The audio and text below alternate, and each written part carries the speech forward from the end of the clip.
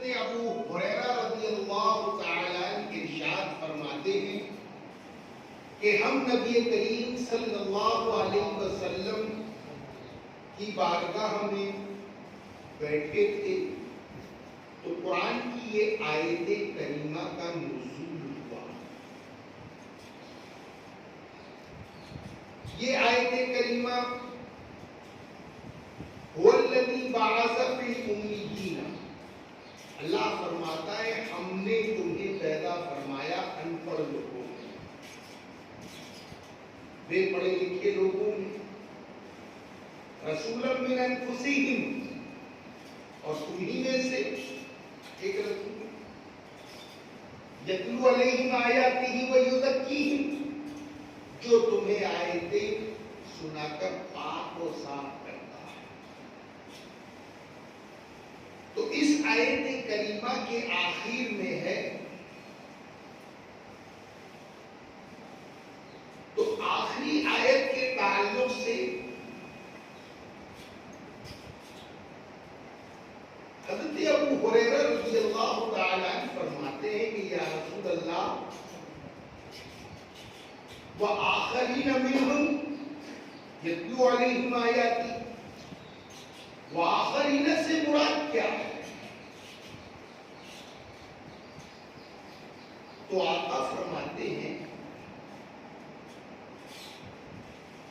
کہ ہمارے بعد، اور اسی محفل میں حضرت سلمان فارسی رضی اللہ تعالیٰ عنہ تشریف فرما تھے.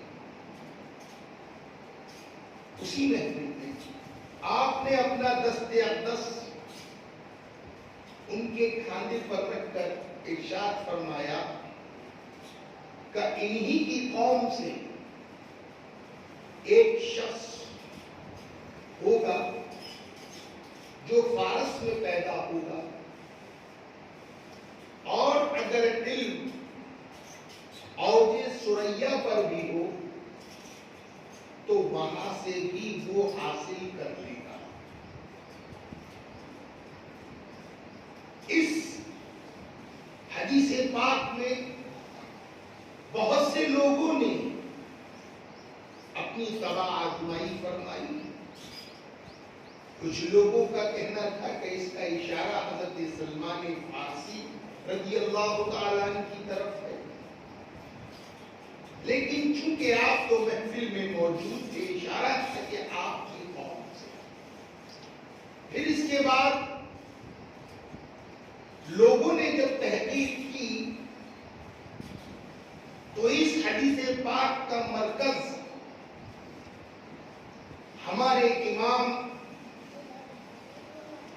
اعظم ابو حنیفہ رضی اللہ تعالیٰ عنہ کی طرف جا کر ٹھہرتا ہے، چونکہ آپ فارسی النسل ہیں اور ہمارے چاروں امام میں سے 3 امام جو ہے وہ قریشی ہیں اور صرف آپ ہی ہیں جو فارسی النسل ہیں. حضرات، آپ 80 ہجری میں پیدا ہوئے. آپ کے دادا حضور نے حضرت علی کرم اللہ وجہ الکریم کے ہاتھ پر مسلمان ہوئے اور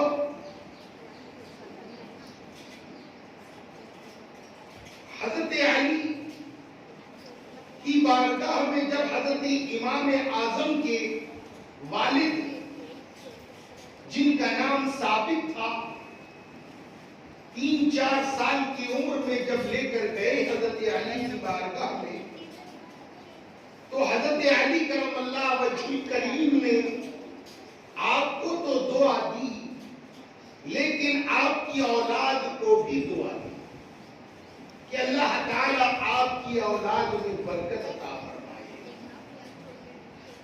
تو حضرات، حضرت امام اعظم کے دادا بھی تابعی، حضرت امام اعظم کے والد بھی تابعی اور خود حضرت امام اعظم بھی تابعی.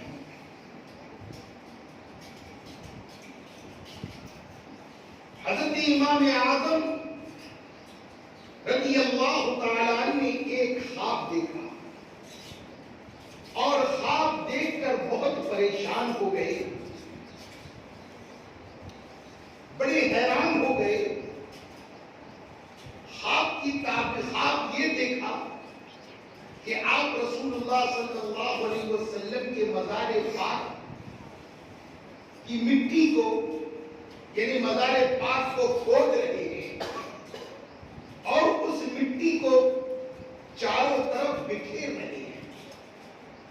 آپ یہ خواب دیکھ کر بہت پریشان ہو گئے، بہت حیران ہو گئے۔ اس زمانے کے محدث حضرت امام سیری رحمت رضی اللہ تعالی عنہ، جو خواب کی تعبیر میں بہت یکتا تھے، اللہ نے ان کو بڑا ملکہ عطا فرمایا تھا، تو حضرت امام اعظم نے یہ خواب ان سے بیان فرمایا۔ کہا حضرت ایسا خواب دیکھا ہے اور جس دن سے دیکھا ہے اس دن سے بڑا پریشان ہوں کہ میں نبی کریم صلی اللہ علیہ وسلم کی قبر انور کو کھود رہا ہوں اور اس کی مٹی کو چاروں طرف بکھیر رہا ہوں۔ حضرت امام اعظم رضی اللہ تعالیٰ عنہ سے حضرت امام سیری فرماتے ہیں کہ حضرت یہ خواب آپ کے علاوہ کوئی اور دیکھ بھی نہیں سکتا، یہ بڑا عظیم خواب ہے۔ کہا حضرت اس کی تعبیر کیا ہے؟ کہا اس کی تعبیر یہ ہے کہ آپ رسول اللہ صلی اللہ تعالی علیہ وسلم کی سنتوں کو، ان کے دین کو آپ چاروں طرف پوری دنیا میں پھیلائیں گے۔ اس خواب کی یہ تعبیر ہے۔ آپ سن کر مطمئن ہو گئے، اور وہ امام اعظم جن کو 6 لاکھ حدیث زبانی یاد تھی، وہ امام اعظم جنہوں نے 11 صحابہ کرام سے اکتساب فیض حاصل کیا ہے، اور حضرت انس بن مالک رضی اللہ تعالیٰ عنہ سے بھی آپ کی ملاقات کی، اور حضرت امام جعفر صادق رضی اللہ تعالیٰ عنہ کی بارگاہ میں آپ 2 سال رہے۔ ہمارے امام سے اگر کوئی پوچھتا کہ امام تمہاری عمر کتنی ہے، تو آپ فرماتے ہیں کہ میری عمر 2 سال۔ لوگ پوچھتے ہیں تمہاری عمر 2 سال کیسے، تو کہتے ہیں کہ وہی 2 سال جو میں نے حضرت امام جعفر صادق رضی اللہ تعالیٰ عنہ کی خدمت میں گزارا۔ ایک دن حضرت امام جعفر صادق رضی اللہ تعالیٰ عنہ فرماتے ہیں کہ نعمان جاؤ اور ہمارے حجرے میں فلاں جگہ ایک طاق ہے، وہاں سے وہ چیز، کتاب کوئی چیز لے آؤ۔ حضرت امام اعظم فرماتے ہیں حضور آپ کے حجرے میں وہ طاق کہاں ہے؟ کہا میاں آج 2 سال ہو گئے تمہیں ہماری بارگاہ میں ہماری خدمت کرتے ہوئے، اور تمہیں یہ نہیں معلوم کہ ہمارے حجرے میں طاق کہاں ہے؟ امام صاحب کہتے ہیں حضور غلام میں، بندے میں اتنی طاقت نہیں کہ آپ کے قدموں سے آپ سے اوپر نظر کر سکتا۔ میں نے کبھی آپ کے سامنے کبھی نظر اٹھا کر نہیں دیکھا، مجھے معلوم نہیں۔ اس وقت حضرت امام جعفر صادق رضی اللہ تعالیٰ فرماتے ہیں میاں تمہاری تعلیم مکمل ہو گئی، اب تم جا سکتے ہو۔ تو حضرت امام اعظم جنہوں نے قرآن مجید فرقان الحمید سے تقریباً 80,000 مسائل اخذ کیے، 80,000 مسائل، اور آپ ہی نے فقہ کی تدوین فرمائی، اصول فقہ آپ ہی کے بنائے ہوئے ہیں۔ اللہ صمد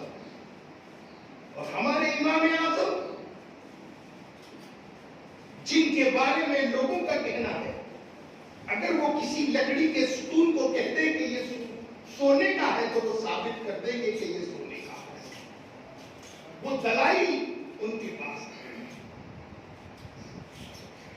اور حضرت امام اعظم رضی اللہ تعالیٰ عنہ کے تعلق سے ایک روایت، ایک واقعہ ہے کہ آپ جب پہلی مرتبہ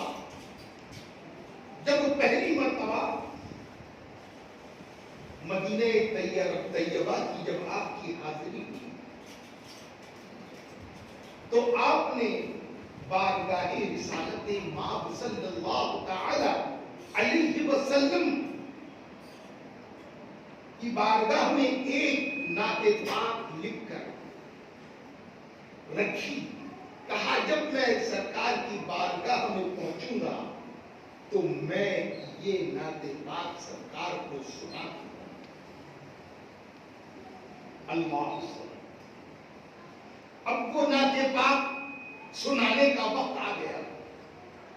آپ تہجد کے وقت غسل کر کے جب مسجد نبوی شریف میں داخل ہوئے تو آپ دیکھ کر حیران ہو گئے، آپ دیکھ کر تنگ ہو گئے، پریشان ہو گئے کہ وہ نعت پاک جو صرف آپ نے لکھی تھی، ابھی کسی کو معلوم نہ تھا کہ وہ نعت پاک کے اشعار ہے، شعر کیا ہے، مسجد نبوی کے مؤذن وہ نعت پاک کو گنگنا رہے ہیں، اسے پڑھ رہے ہیں۔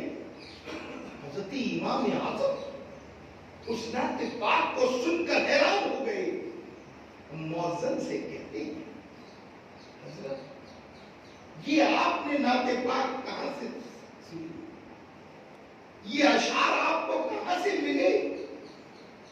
تو حضرت امام اعظم سے فرماتے ہیں کہ ابھی میں سویا تھا، مجھے خواب ہوا اور نبی کریم صلی اللہ علیہ وسلم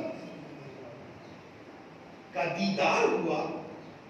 پیارے آقا مجھے فرماتے ہیں کہ سنو یہ اشعار، اسے یاد کرو، اور یہ اشعار میرے پیارے نعمان کے ہیں۔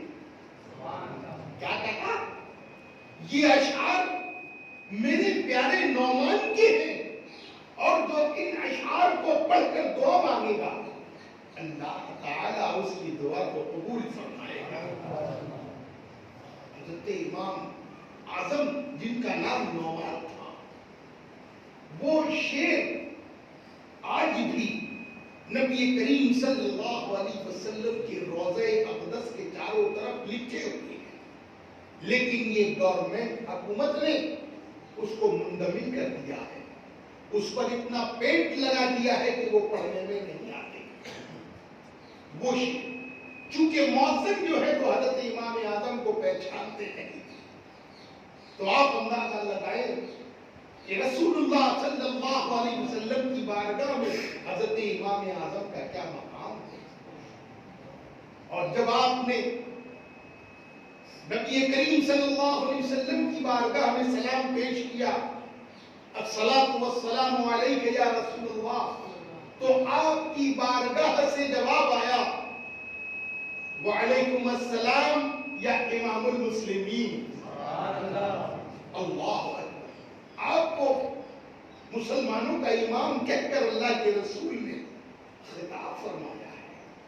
وہ امام اعظم جن کے علم کے آگے اس وقت کے بڑے بڑے محدث، بڑے بڑے مفکر جو تھے، آپ کے سامنے زانوی ادب طے کرتے تھے۔ جو آپ کے مخالفین تھے وہ عاجز تھے آپ سے۔ ایک مرتبہ کا واقعہ ہے کہ ایک اس زمانے کے امام حضرت امام امش، جن کی عمر تقریباً 145 سال، حضرت امام اعظم سے بہت بڑے تھے، بہت بڑے محدث تھے، بہت بڑے محدث تھے، وہ حضرت امام اعظم کے مخالف میں سے تھے۔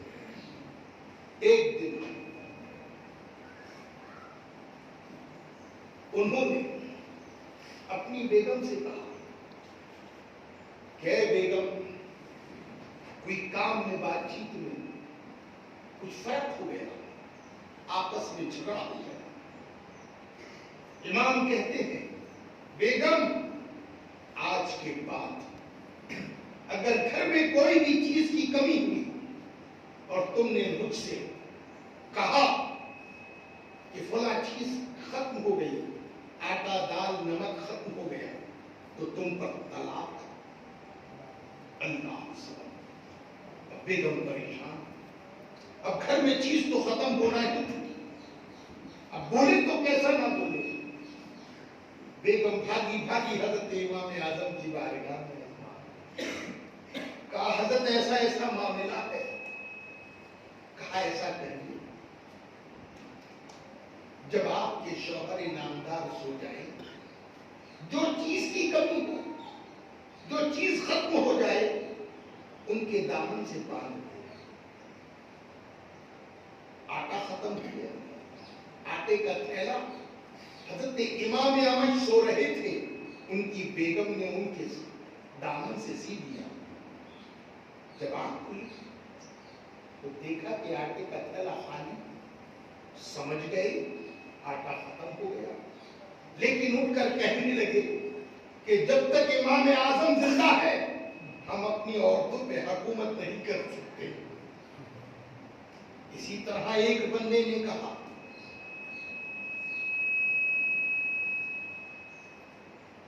ایک بندے نے قسم کھائی تھی، ایک بندے نے قسم کھائی تھی میں کبھی انڈا نہیں کھاؤں گا۔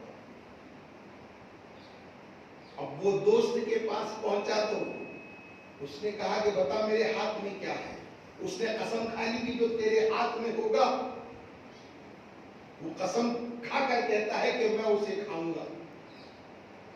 اب جب کھولا تو انڈا، پہلی قسم انڈا کھانے کی نہیں، دوسری قسم جو ہاتھ میں ہے وہ کھاؤں گا، اب ہاتھ میں انڈا۔ اب وہ بندہ پریشان ہو گیا، کروں تو کیا کروں؟ حضرت امام اعظم کے پاس آیا، حضرت امام اعظم سے کہا کیا کیا جائے؟ کہا میاں پریشان نہ ہو، اس انڈے کو مرغی کے نیچے رکھ دو، اس سے بچہ نکلے گا، جو بھی نکلے بعد میں اسے بڑا ہو کر ذبح کر کے کھا لینا، تمہاری مراد پوری ہو جائے گی۔ اسی طرح ایک شخص میاں بیوی، میاں نے کہا جاؤ پانی لاؤ، پانی لانے میں تاخیر ہو گئی، دیری ہو گئی، میاں کا دماغ آسمان پر۔ اب بیگم نے پانی لایا، حیران، کہا بیگم اس پانی کو اگر تم نے رکھ دیا تو تم کو طلاق، پی گئے تو طلاق اور پھینک دیا تو طلاق۔ حیران، رکھ بھی نہیں سکتی، پی بھی نہیں سکتی اور پھینک بھی نہیں سکتی۔ وہ بیگم پریشان، بیگم حیران، کرے تو کیا کرے؟ پھینکتی ہے تو طلاق ہو جائے گی، پی جائے گی تو طلاق ہو جائے گی، رکھ دے گی تو طلاق ہو جائے گی۔ اللہ بھاگے بھاگے ہمارے امام کی بارگاہ میں آئے، ہمارے امام کے پاس آئے۔ امام کے پاس آنے کے بعد امام صاحب سے مسئلہ بیان کیا۔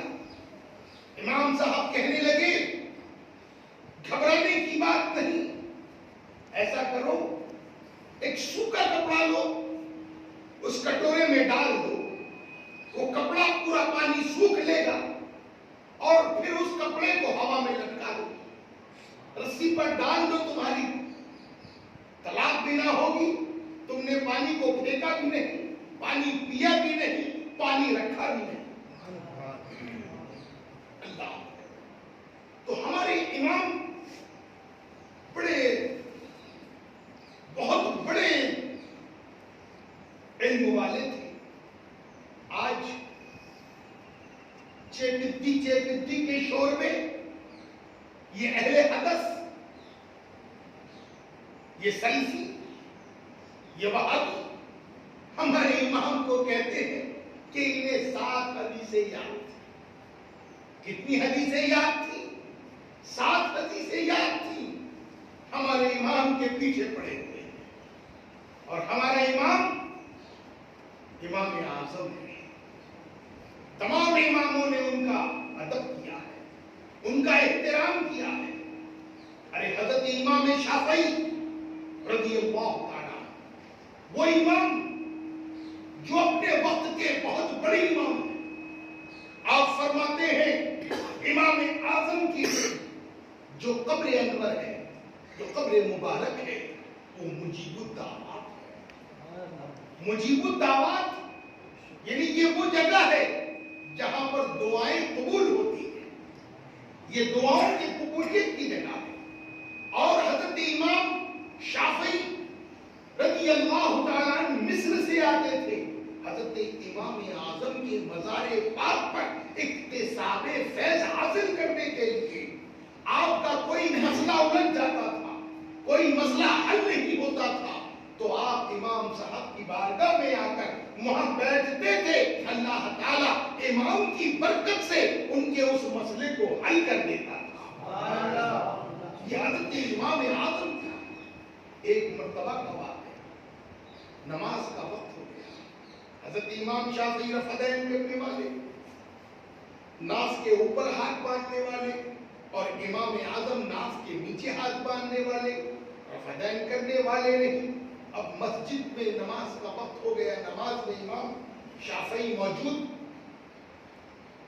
لوگوں نے دیکھا کہ وقت کا مجدد موجود ہے، مجتہد موجود ہے، تو کوئی کیسے آگے بڑھے گا؟ بڑے ادب کے لوگ تھے اس زمانے میں۔ لوگوں نے حضرت امام شافعی سے کہا، مصلی حنفی، آپ شافعی، اب آپ مصلی پر کھڑے ہوئے، نماز پڑھانے کے لیے کھڑے ہوئے، پیچھے پلٹ کر دیکھا تو حضرت کی مزار پاک تھی، آپ مسکرا رہے ہیں، مسکرا کر آپ نے مصلی پر، اب لوگ بھی حیران کہ ان کا اجتہاد تو یہ ہے رفعین کا، اور یہاں مصلی ہے امام اعظم کا، اب دیکھتے ہیں نماز کیسی پڑھاتے ہیں۔ اللہ اللہ، لوگوں نے دیکھا کہ حضرت نے اللہ اکبر کہہ کر حضرت امام ابو حنیفہ کے طریقے پر نماز پڑھائی، اپنا اجتہاد چھوڑ دیا، اور حضرت امام ابو حنیفہ رضی اللہ تعالی عنہ کی طریقے پر آپ نے حنفی طریقے سے نماز پڑھائی۔ لوگ حیران، اور جب نماز ختم ہوئی تو پوچھا، امام آپ تو خود مجتہد ہیں، آپ تو خود، تو کہا کہ جب میں مصلی پہ کھڑا ہوا تو میں نے دیکھا کہ امام صاحب اپنی قبر میں کھڑے ہوئے اور مسکرا رہے ہیں اور دیکھ رہے ہیں، اور مجھ سے کہتے ہیں شافعی مصلی تو میرا ہے۔ تو میں نے ان کے ادب میں، ان کی محبت میں، ان کے احترام میں، ان کی اقتداء میں نماز پڑھائی، ان کی تقلید کر کے میں نے نماز پڑھائی۔ یہ بڑے لوگوں کی بڑی بات ہوتی ہے۔ تو حضرات، ہمارے امام تو بہت عظیم ہیں، اور کمال کی بات تو یہ ہے کہ